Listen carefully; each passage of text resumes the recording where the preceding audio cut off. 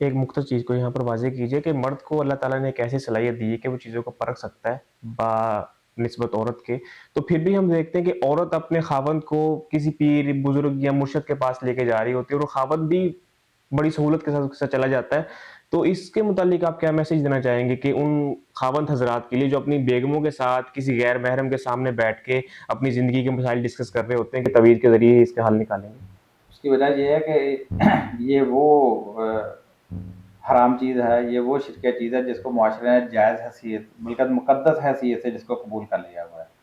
وہ سمجھ رہے ہیں کہ یہ جو یہ شاہ صاحب ہیں یا مولوی صاحب ہیں یہ تو عالم دین ہے، یہ تو عام بندہ نہیں ہے، یہ تو ہمیں کبھی بھی غلط گائیڈ نہیں کرے گا.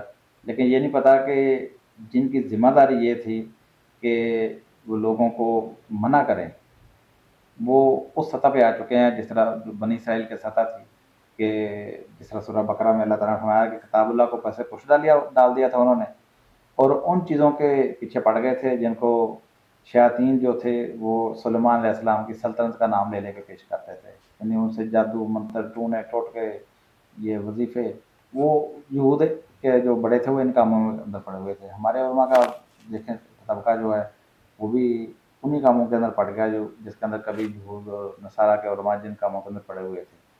اور پھر اللہ تعالیٰ فرماتا ہے کہ یہود کے علماء جو ہیں یہ یؤمنون بالجبت والطاغوت، یعنی اپنا اصل کام چھوڑ کے کیا کر رہے ہیں، یؤمنون بالجبت والطاغوت، یہ جو جبت اور طاغوت کے اوپر ایمان رکھنا شروع ہو گئے. جبت کیا تھا؟ سفلی علوم، وہ علوم جن کے اندر لوگ جنات اور شیاطین اور روحوں کو مدد کے لیے بلاتے ہیں. یعنی اصلاً تو ان چیزوں کے پیچھے اللہ تعالیٰ فرماتا ہے کہ یہ یہود کے علماء پڑ گئے، اور یہاں تک کہ طاغوت کے جو اوپر ایمان رکھنا شروع ہو گئے.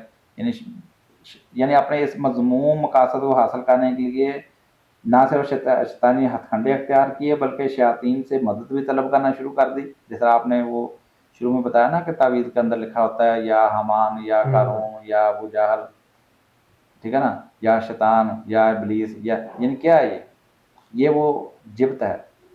یعنی اپنے اس مذموم مقصد کو حاصل کرنے کے لیے روحوں کو، جنات کو، شیاطین کو بھی مدد کے لیے پکارتے ہیں. وہ الگ بات ہے کہ وہ کر سکتے ہیں یا نہیں کر سکتے، وہ الگ بات ہے. لیکن ان اپنے اس ناجائز مقصد کو حاصل کرنے کے لیے یہ کچھ بھی کرنے کے لیے تیار ہیں، شرک کرنے کے لیے بھی تیار ہیں، لوگوں کو بھی شرک پر آمادہ کرنے کے لیے تیار ہیں. تو کیا اللہ تعالیٰ نے یہی ڈیوٹی لگائی تھی اہل علم کی؟ علماء جو انبیاء کے وارث ہیں، کیا ان وارثین کی یہ ڈیوٹی تھی کہ لوگوں کو شرکوں پر آمادہ کریں، خود بھی جبت و طاغوت کے اوپر ایمان رکھیں اور لوگوں کو بھی اس کے اوپر لگائیں؟ یعنی جس طرح اللہ تعالیٰ فرماتا ہے کہ یہود کے اوپر اللہ تعالیٰ نے عیسیٰ علیہ السلام اور داؤد علیہ السلام کے ذریعے سے لعنت کی،